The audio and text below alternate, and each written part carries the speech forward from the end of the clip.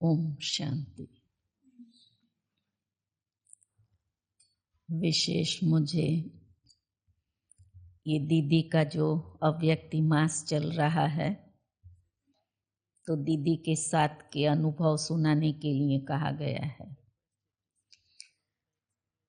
आप सबको मालूम है कि दीदी बाबा के यज्ञ की वो अनन्य रतन थी। जैसे आज बाबा ने कहा बेहद की वैराग्य वृत्ति, वो उन्हों के जीवन की अपनी प्रैक्टिकल धारणा थी। तो दीदी के जीवन में ऐसे तो बहुत सारी विशेषताएं। एक स्टूडेंट लाइफ, इतनी पक्की स्टूडेंट थी और दीदी को टीचर के लिए हमेशा रिगार्ड था। उनको ये घुटनों की तकलीफ थी, लेकिन कभी भी दीदी ने 5 मिनट क्लास में लेट गई हो नहीं। मुझे याद है एक बारी दीदी ऐसे कमरे से निकल करके हिस्ट्री हॉल में जा रही थी, तो एक बहन कुछ पूछ रही थी, डायरेक्शन लेना था उसको, उसी समय निकलना था सुबह सुबह। दीदी ने उसके साथ 2 मिनट बात की, फिर वो जब लंबी बात करने लगी तो दीदी उसको कहती है, देखो मेरे क्लास का टाइम हो गया है, टीचर आ जाएगा, मैं जाती हूँ। पंक्चुअल। और हमेशा दीदी के हाथ में पेन डायरी होती थी।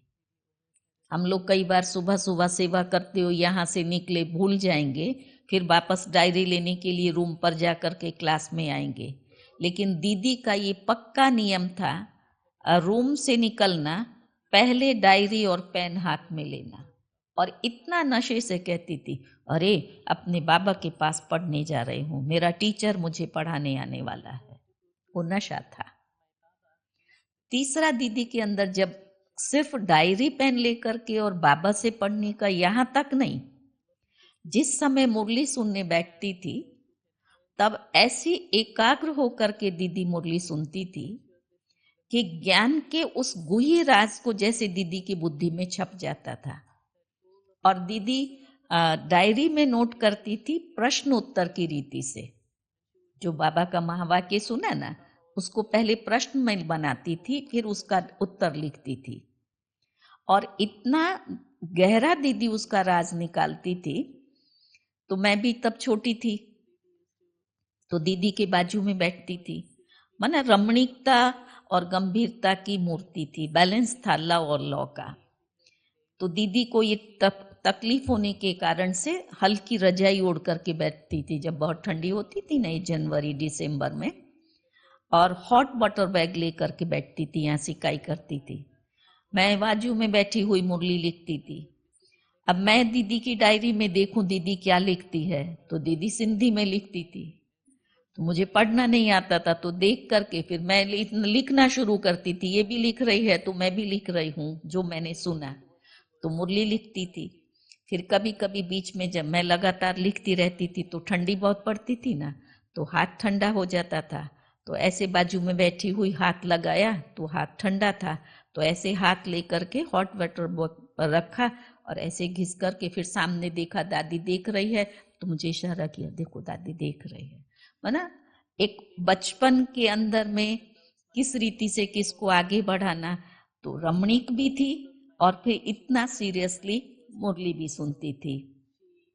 मुरली सुनने के बाद में फिर कई बार हम लोग दीदी के कमरे में जाते थे। दीदी बोलती थी चैम्बर में चलो, जैसे बाबा के साथ में जाते थे ना ऐसे। फिर दीदी का छोटा सा कमरा था, अभी वहां ऊपर मधुबन में उस छोटे कमरे में दादियों का डाइनिंग रूम बनाया हुआ है। बड़ी दादी दीदी ये लोग सब वहां भोजन करते थे। लेकिन जिस समय मैं थी 71-72 की बात है, तब वहां नीचे गद्दी थी, तो गद्दी पर दीदी बैठती थी, ऐसे हम सब बैठते थे। फिर दीदी प्रश्न पूछती थी, आज का ये प्रश्न है, इसका उत्तर दो। तो कई बार तो ऐसे लगता था कि आज बाबा ने ऐसी कोई पॉइंट सुनाई क्या। इतने अच्छे ढंग से दीदी प्रश्न उत्तर निकालती थी। फिर कहती थी, देखा आज हमारे बैडमिंटन में दीदी जीत गई, ये सब फेल।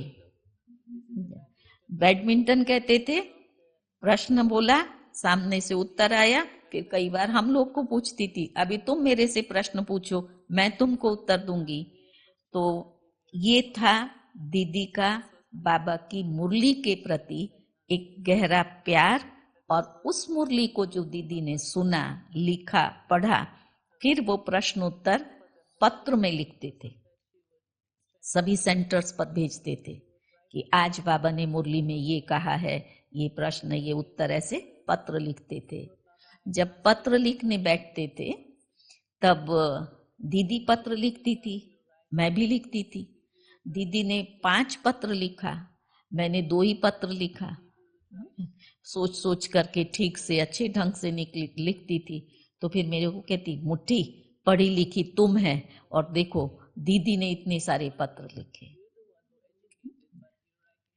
तो दादियों और दीदियों की ये विशेषता थी। तो दीदी की विशेष मुरली की दीवानी थी, मुरली की मस्तानी थी। दीदी का नाम भी लौकिक में था गोपी। अच्छा, और दीदी बाबा का साकार ब्रह्मा बाबा ने दीदी नाम दिया। बाबा हमेशा दीदी कहते थे, बड़ी दीदी कहाँ है, दीदी को बुलाओ। और अव्यक्त बाप दादा ने नाम दिया था मनमोहिनी। तो ऐसे पहली विशेषता स्टूडेंट लाइफ, और हमेशा कहती थी student life is the best life. हम सब स्टूडेंट हैं, लेकिन हम अपने में और दीदी में अंतर महसूस करते हैं। कभी दीदी की आंख ऐसे नहीं होगी, कभी ऐसे नहीं झुकेंगी, ऐसे इतना एक्टिव और अलर्ट होकर के बैठती थी, बस जैसे अंदर में जा रहा है। तो एकाग्र चित्त होकर के मुरली सुनना, ये दीदी की विशेषता थी। दूसरा, दीदी बाबा की श्रीमत पर, जैसे सुनते हैं आंख मीच कर श्रीमत पर चलो, ऐसे आंख मीच कर श्रीमत पर जो बाबा ने कहा, जब कहा, जैसे कहा, उसको उसी घड़ी उसी रीति से फॉलो करना। एक बार कहते हैं बाबा ऐसे मुरली चला रहे थे, मुरली चलाते चलाते बाबा ने कहा, बच्ची गेट के बाहर चली जाओ। दीदी खड़ी हुई, गेट के बाहर चली गई। बाहर जाकर के एक पत्थर पर बैठ गई, आराम से बैठी बाबा को याद कर रही थी। काफी टाइम के बाद में फिर मुरली पूरी हुई, फिर बाबा बैठे, फिर उसके बाद में बाबा बाहर गए तो दीदी बैठी हुई थी। बाबा ने प्यार से उठाया, बाबा लेकर के आए। बाबा ने पूछा, बच्ची तुमको क्या संकल्प चला? अब आप सोचिए, आप मुरली सुन रहे हैं और सुनते सुनते मैं आपको बोलूं, माता जी आप क्लास के बाहर गेट आउट,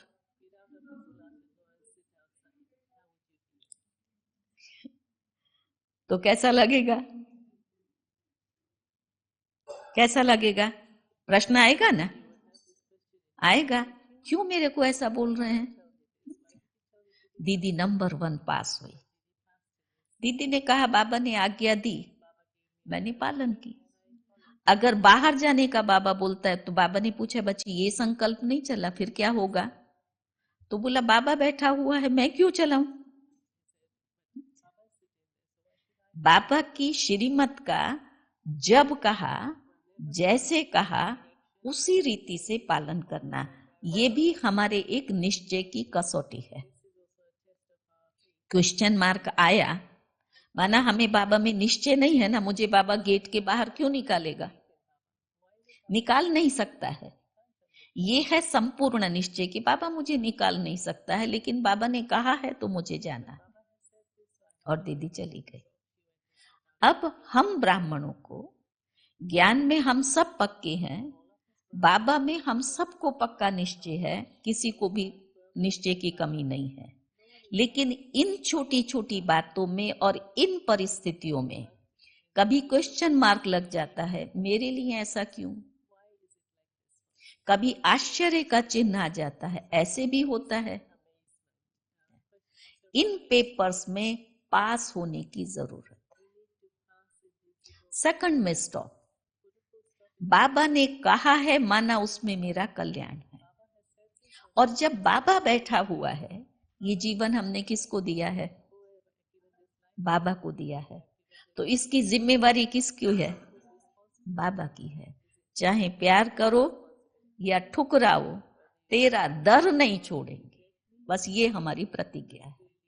प्यार दिया तो हम सबको अच्छा लगता है, हम सबको खुशी होती है। और अगर कोई ठुकरा दे तो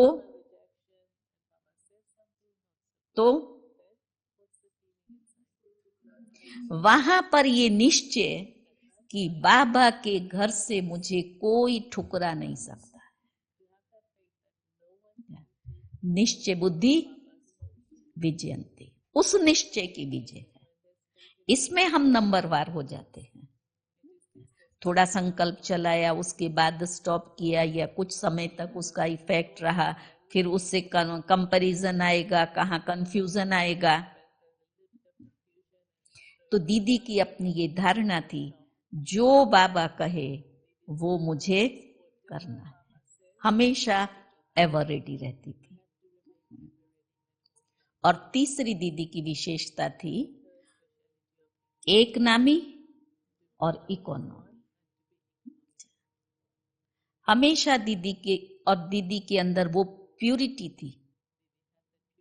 और उस प्यूरिटी का पावर का ये रिजल्ट था, एक बार दीदी किसी को ऐसे नीचे से ऊपर तक ऐसे देखती थी ना, सारी उसकी जन्म पत्री जान जाती थी। ये बच्ची ऐसी है, इसमें ऐसा हो सकता है, ये ऐसी है, सारी जन्म पत्री। तो जो बाबा ने कहा ना कि संकल्पों की भाषा और भावना की भाषा, वो उनके जीवन में प्रैक्टिकल में थी। बस सिर्फ ऐसे नीचे से ऊपर तक एक बार देखती थी। फिर जब वो चली जाती थी तो दादी को बोलती थी, दादी मुट्ठी ऐसी नहीं है, मुट्ठी ऐसे नहीं चल सकती है, ऐसा नहीं कर सकती है, इसका ऐसा स्वभाव है। तो एक बाबा के साथ कनेक्शन होने के कारण से वो पावर थी प्यूरिटी की। बस एक बाबा, दूसरा ना कोई। हम सब कहते हैं, लेकिन इस बुद्धि के ऊपर दूसरे कितनों का प्रभाव रहता है। केवल एक मेरा नहीं है, कईयों का प्रभाव इस बुद्धि पर रहता है। जबकि दीदी की बुद्धि पर कोई प्रभाव नहीं था, सिर्फ एक बाबा। और इतनी अटूट लगन से दीदी बाबा को की याद में बैठती थी। अमृत वेला कभी भी दीदी का मिस नहीं हुआ। हम सबको भी सिखाती थी।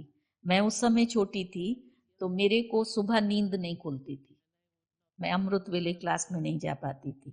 तो मैंने दीदी को बोला, मैंने कहा दीदी मेरी ना नींद नहीं खुलती है, कब गीत बज जाता है, जाग सजनिया जाग, मैंने कितने 2-3 मास तक गीत ही नहीं सुना। सुबह में छोटी थी और नींद नहीं खुलती थी। एक बारी दीदी के पास में जो बहन थी, वो बहन अपने लौकिक घर गई किसी काम से। तो मुझे कहा कि ये 3-4 दिन के बाद आएगी, दीदी को तुम संभालना। तो उस बहन ने मुझे बताया दीदी को बीपी रहता था, तो सुबह सुबह गोली लेनी होती थी। बोला उठने के बाद में दीदी ये 4 बजे के बाद ये गोली दीदी को देना, फिर ये करना वो बोल करके गई। मैंने कहा ठीक है। तो जो पहला दिन था, तो उस दिन मेरे को चिंता लगी कि 4 बजे गीत बजेगा, तो मैं तो उठती नहीं हूँ, तो दीदी को गोली कैसे दूंगी। तो मैंने उस दिन अपने बेड पर नहीं सो करके, जो दीदी का रूम था जहाँ ये भोजन करते थे, वहां से नीचे में गद्दी लगी हुई होती थी, नीचे गद्दी पर दीदी बैठती थी, ऐसे सामने में हम लोग बैठते थे, फिर बातचीत करते थे, किससे पर्सनल मिलना है वो भी दीदी से वहीं मुलाकात करते थे। तो उस दिन मैं वहां सो गई। फिर तो मेरी नींद कब से खुल गई, 2 बजा। तो मैंने कहा अभी तक गीत नहीं बजता है। फिर सोई, फिर थोड़ी देर के बाद में फिर देखा तो अभी तो 2:45 ही बजा हुआ है। फिर जब 4 बजा और जाग सजनिया जाग का गीत बजा, तो मैं फट से उठ करके और दीदी के कमरे में चली गई। और दीदी इतना अच्छा अपने बिस्तर पर आंख बंद करके बैठी हुई थी बाबा की याद में। मैं दीदी के सामने खड़ी हुई, मेरी बोलने की हिम्मत नहीं हो दीदी को, बोली नहीं, पर गोली लेकर के ऐसे हाथ में खड़ी रही। उसके बाद जब दीदी गुड मॉर्निंग करके उठने लगी, आंख खोली, तो मैंने दीदी को बोला, दीदी गोली। तो दीदी ने मेरी तरफ भी देखा, गोली को ले लिया, बोली कुछ नहीं, फिर गोली खाई। फिर मुरली क्लास के बाद में मुझे बुलाया, बोली, मुट्ठी तुमने बाबा को गुड मॉर्निंग भी नहीं किया और दीदी के आगे आकर के खड़ी हो गई। तो मैंने कहा, दीदी आज तो मुझे ना पता ही नहीं, कब से मैं 2 बजे से जागी हुई थी, गीत ही नहीं बजता था, 4 ही नहीं बज रहा था। फिर दीदी ने खूब प्यार किया और उसके बाद बोली, अब तुमको समझ आई कि समय पर नींद क्यों खुलती है? क्या समझ आई? जिम्मेवारी। तुम्हारी जिम्मेवारी थी गोली देने की, इसलिए तुम्हारी नींद खुल गई। ऐसे जब तुम समझेंगी कि विश्व कल्याण की जिम्मेवारी मेरी है, तो अपने आप तुम्हारी नींद खुल जाएगी। बाबा ने हमें इस प्रकृति को और वायुमंडल को बदलने के निमित्त बनाया है, और ये कार्य हमारे सिवाय कोई नहीं कर सकता है। तो वो दीदी ने सिखाया, और तब से फिर धीरे धीरे वो संस्कार बना कि अमृत वेले कुछ भी हो जाए, लेकिन मुझे नियमित अमृत वेला करना है। तो ऐसे दीदी के अंदर में जैसे एक नामी थी, तो फिर साथ साथ इकोनॉमी भी बहुत थी। हम सबको सिखाती थी, और उन दिनों में यज्ञ की जो कंडीशन थी वो भी संपन्नता नहीं थी। हर चीज को हमको कहती थी, ये साड़ी है ना, तुमको 2 दिन पहननी चाहिए। मैंने कहा, दीदी गंदी हो जाती है, क्योंकि पहनने की प्रैक्टिस नहीं थी, फिर किचन में जाकर के सेवा करने का। बोला, नहीं, यही तो सीखना है ना, गंदी भी नहीं होनी चाहिए और 2 दिन चलानी। कोई भी चीज इसको कैसे यूज करना है, लंबे समय तक चले, ठीक रीति से चले, वो सब दीदी सिखाती थी। तो और यज्ञ की इतनी सारी कारोबार को, उसमें भी दीदी इकोनॉमी से उसको चलाती थी। तो बाबा के यज्ञ में उस समय पर कपड़े भी सबको पूरे पहनने के लिए, माना जैसे आज हम पहनते इतना इतना जोड़ी कपड़ा होता है, तब नया कपड़ा इतना नहीं होता था। हमारी एक सावित्री दादी थी हांगकांग में, तो वो वहां से सेकंड हैंड कपड़ा लेकर के बेचती थी, कविता बहन की। हाँ, तो फिर वो जब वहां पर पहुंचता था पार्सल, उसके बाद खोल देते थे। तो हमारे जो मधुबन निवासी भाई भी होते थे, कपड़ा धुलाई करें, दूसरी सेवाएं करते थे, तो कपड़ा तो गंदा हो जाता था ना, तब वो पैंट कलर्ड शर्ट वो पहन करके सेवा के लिए, तो उसमें से कपड़े निकालते थे। फिर वो कपड़ा देख करके, मेरे माप का है, मैंने अपने साइज का लिया, ये भाई के नाप का है, अगर नहीं है तो उसको फिर सिलाई करके और ऐसे पहनते थे। ये यज्ञ था। लेकिन सबको बाबा से बहुत प्यार था। कभी भी यज्ञ निवासियों के मन में ये प्रश्न नहीं आया कि ये क्या पहने हुए कपड़े पहनने का। किसी का यूज किया हुआ तो था ना, उनको हम यूज करते थे ना। लेकिन एक था, जो बाबा खिलाए, जो बाबा पहनाए, तो उस निश्चय ने वो बल दिया, आत्माओं की वो स्थिति बनी। तो ऐसा समय था यज्ञ का एक। तब फिर खाना पीना हर चीज में इकोनॉमी से यज्ञ को दीदी ने चलाया। तो एक नामी भी थी, बहुत पतिव्रता थी, पक्की पतिव्रता, और फिर इकोनॉमी भी खुद भी चलती थी, और हम सबको भी इकोनॉमी से चलना सिखाया। चौथी एक विशेषता सुना करके पूरा करूंगी। परफेक्शन था। कोई भी काम, ये रुमाल अगर ऐसे रखना है तो कबाड़ में ऐसे क्यों रखा, ऐसा नहीं रख सकते हो। बाबा नहीं हमें कहता है 16 कला संपूर्ण, संपूर्ण निर्विकारी बनना है। तो कला क्या है? परफेक्शन। तो एक प्रसंग मेरे साथ घटना ये बना, दीदी भोजन कर रही थी, मैं बड़े प्यार से दीदी को भोजन करा रही थी। तो आम की, मैंगो की सीजन थी। मैंने काट करके प्लेट में रखा, तो दीदी ने देखा, मैंगो देखने के बाद कहती है ये किसने काटा है। तो मैं तो बड़ी खुश थी कि मैं दीदी को मैंगो खिला रही हूँ। मैंने दीदी को बोला, दीदी मैंने काटा है। दीदी मेरे सामने ऐसे देखती है, फिर कहती है दीदी नहीं खाएगी। तो मुझे लगा क्यों दीदी ऐसा बोलती है। मैंने कहा क्यों दीदी। कहती देखो ये ना, मैंने जो काटा था तो वो बीच की लाइन थोड़ा सा यहाँ टेढ़ी हो गई थी। तो बोली ये टेढ़ा कटा हुआ है ना, ये दीदी नहीं खाएगी। दीदी खाएगी तो दीदी की बुद्धि टेढ़ी हो जाएगी। मैंने दीदी को सॉरी किया। मैंने कहा दीदी अभी मैं सीधा काटूंगी। नहीं, ये दीदी नहीं खाएगी, ये सरला खाएगी। मैंने कहा दीदी सॉरी, मैं कल से ना बिल्कुल सीधा काटेंगे।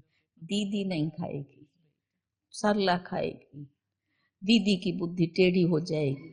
फिर मुझे बोली आम लेकर के आओ, मैं तुम्हें सिखाती हूँ। गई, मैंगो धुलाई करने का, उसको पोंछने का, पोंछ करके उसको प्लेट में रखने का, फिर चाकू धुलाई करके उसको पोंछ करके प्लेट में रखने का, फिर नैपकिन रखने का, ये सारा कुछ कंप्लीट करके फिर दीदी के पास ले करके जाने का। फिर दीदी ने हाथ में ऐसे मैंगो लिया, फिर सबसे पहले बीच से ऐसे लाइन लगाई, फिर ऐसे काटा, फिर उसके बाद में प्लेट में रखा। फिर मेरी प्लेट और ये बोली दोनों में से कौन सा अच्छा है। मैंने कहा दीदी आपका अच्छा है। तो अच्छा वाला दीदी खाएगी, टेढ़ा वाला सरला खाएगी। और खिलाया मुझे टेढ़ा आम। फिर भोजन करने के बाद में फिर शाम को दादियाँ, ये ऑफिस में बैठती थी ईशु दादी के, फिर मुझे बुलाया, इधर आओ। मुझे कहती आज तुम्हें क्या संकल्प चला। तो मैंने कहा दीदी मेरे को बहुत संकल्प चला, मैंने टेढ़ा आम काटा, आपने नहीं खाया, तो खूब प्यार किया भाखी पहनी। उसके बाद कहती मिठुड़ी, दीदी खा लेती थी ना तो तुमको क्या लगता था ये तो चलता है, तो दीदी ने तुम्हें सिखाया, चलाना नहीं है।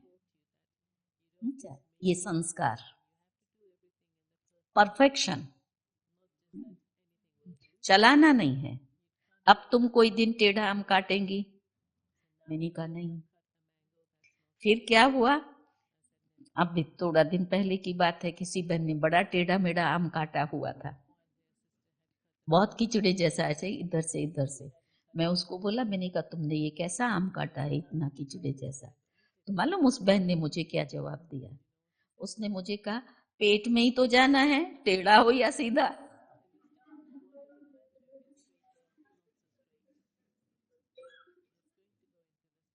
समझा अंतर। हमको फील हुआ कि मैंने टेढ़ा आम काटा, ये ठीक नहीं हुआ, और सॉरी किया और सीखा कि नहीं टेढ़ा नहीं काटना है। और उसको मैं सिखा रही हूँ, माना मैं सिर्फ इतना ही बोला तुमने कितना टेढ़ा काटा है, तो वो ये नहीं कहती है अच्छा मैं ठीक काटूं। वो मुझे क्या जवाब देती है, टेढ़ा या सीधा पेट में ही तो जाना है। तो ऐसे दीदी हर चीज में जैसे रेगुलर और पंक्चुअल थी, ऐसे हर कार्य के अंदर परफेक्शन। अगर थाली के अंदर कटोरी लेफ्ट साइड पर रखनी है भोजन खिलाते हुए, तो राइट साइड तुमने क्यों रखी, तुमको भोजन परोसना नहीं आता है। पानी का ग्लास राइट साइड पर नहीं होना चाहिए, लेफ्ट साइड पर होना चाहिए, क्योंकि खाना जब खाते हैं तो ग्लास को हाथ लग सकता है, ये हाथ तो खाता नहीं है, इसलिए पानी का ग्लास लेफ्ट साइड पर रखो। तो इतनी छोटी छोटी बातें दीदी ने सिखाई। तो जो देवताओं का गायन है 16 कला संपूर्ण, वो हम ही तो बनने वाले हैं ना। तो इन छोटी छोटी बातों को जब हम अपनी धारणा में लाते हैं तब परफेक्शन आती है और हम 16 कलाओं से संपन्न बन सकते हैं। ओम शांति।